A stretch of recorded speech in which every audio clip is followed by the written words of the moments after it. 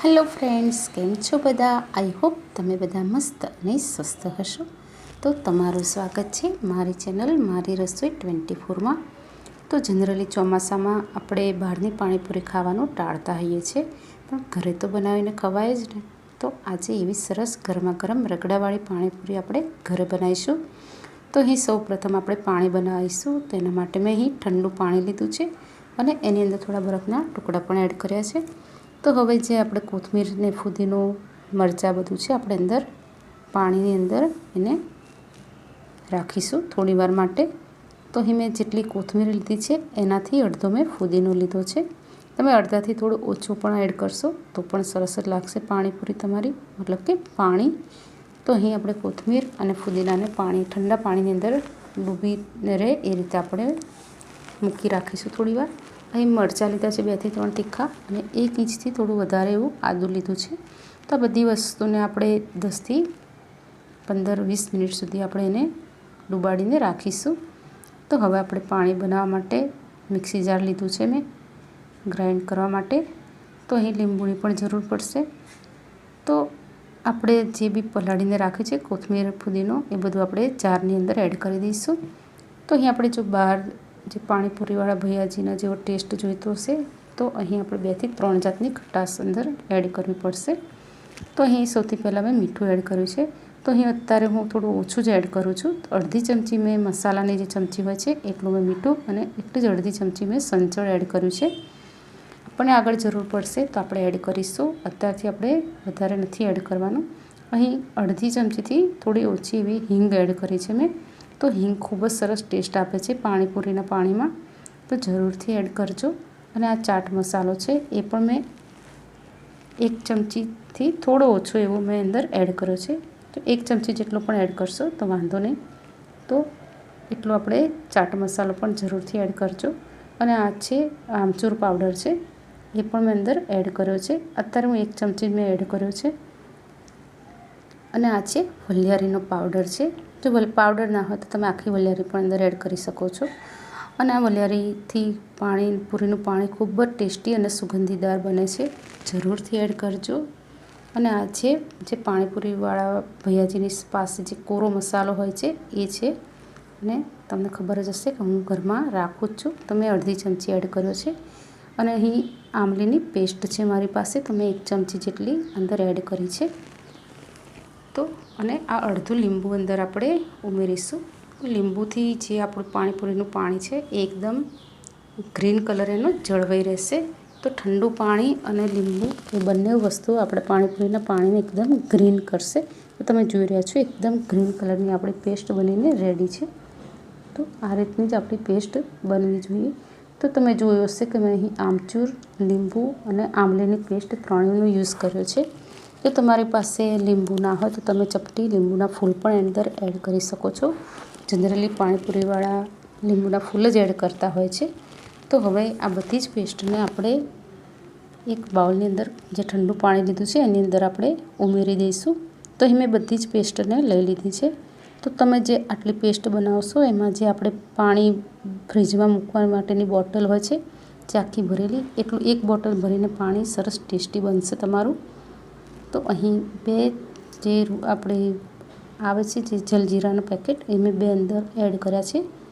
2 જલજીરાના પેકેટને cut કરીને અંદર add કર્યા છે.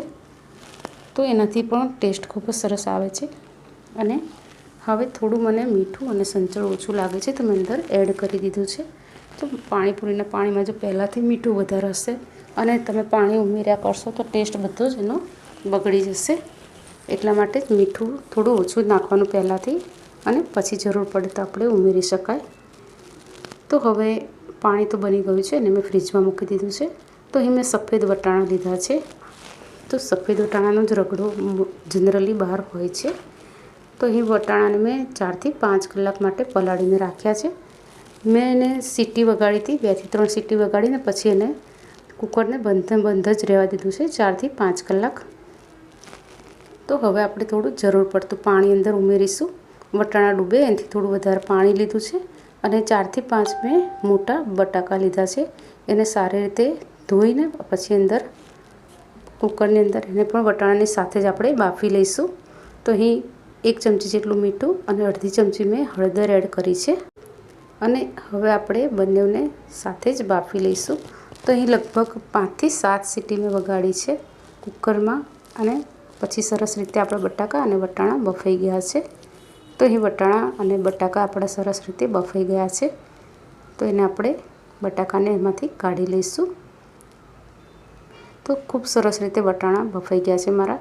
જો તમારા વટાણા થોડા કાચા હોય તો ફરીથી તમે 1-2 સીટી વગાડી દેવાની। તો અહીં બટાકા તો સરસ બફાઈ જ ગયા છે પણ વટાણા પણ બફાઈ ગયા છે।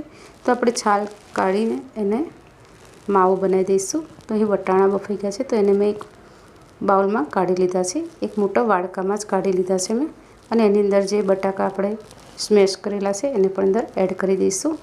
તો અહીં લગભગ પાણીપુરીવાળા ભૈયાજીનો જે રગડો જે રીતે લોકો સર્વ કરતા હોય છે, મતલબ કે એ લોકો જે રીતે સજાવીને મૂકતા હોય છે એ જ રીતે મેં પણ એ રીતે જ કરવાની કોશિશ કરી છે અહીંયા।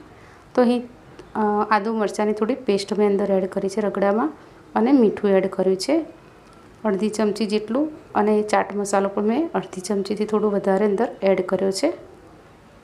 આપણે બીજું કશું જ નથી વઘાર કશું જ નથી કરવાનું આપણે।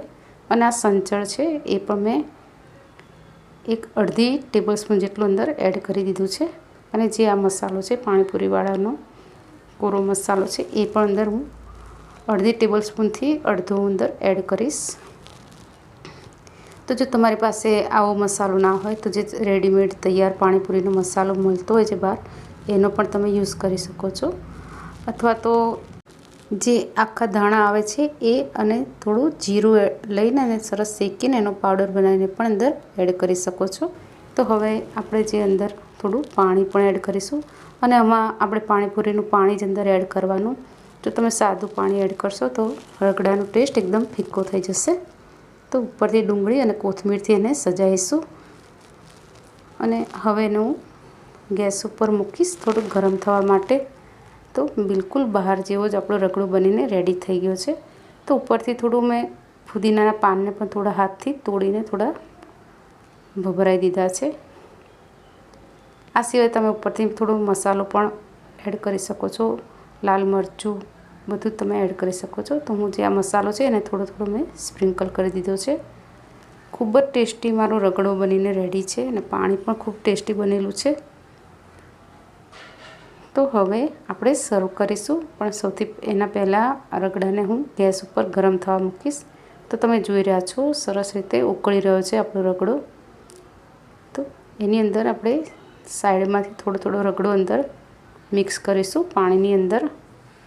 તો બિલકુલ ભૈયાજી જે રીતે કરતા હોય છે એ જ રીતે મેં પણ બનાવ્યો છે રગડો। તો હવે આપણે થોડું અંદર સંચળ મીઠું થોડો જે મસાલો છે એ બધું અંદર મિક્સ કરીશું જેનાથી જે આપણો રગડો છે એકદમ ટેસ્ટી બની જશે। તો તમે ઘરે જરૂરથી એકવાર બનાવજો, ખૂબ જ ટેસ્ટી બને છે રગડો અને તમને પછી બહારની પાણીપુરી તમને ખાવી જ નહીં ગમે, મતલબ કે બહાર કરતાં પણ સરસ રગડો પણ બનશે ટેસ્ટી અને પાણી તો એકદમ ટેસ્ટી બનશે જ। બિલકુલ તમે જે બહાર ખાતા હશો એવું જ ટેસ્ટી પાણી બનશે। તો હું જ્યાં પાણીપુરી ખાઉં છું બિલકુલ એવા ટેસ્ટનું પાણી હું ઘરે બનાવું છું એટલે અમારા ઘરમાં તો બધાને મજા પડી જાય છે ખાવાની અને 2 દિવસ સુધી પાણીપુરી ખાઈએ છીએ અમે। તો એવી સરસ આપણી રગડાવાળી પાણીપુરી હવે ટેસ્ટ પણ કરીને જોઈશું। તો અહીં થોડી ડુંગળી પણ મેં થોડી સમારી છે। તો રગડાવાળી પાણીપુરીની જોડે ડુંગળી ખૂબ જ સરસ લાગે છે। તો મસ્ત મજાની પાણીપુરી બનીને રેડી છે।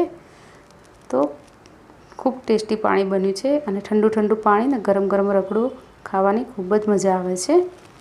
તો તમને આજની રેસીપી કેવી લાગી પ્લીઝ કમેન્ટ કરીને જણાવજો અને રેસીપી સારી લાગી હોય તો મારી ચેનલને લાઈક, શેર અને સબસ્ક્રાઈબ કરજો પ્લીઝ। રેસીપી જોવા બદલ થેન્ક યુ। રાધે રાધે।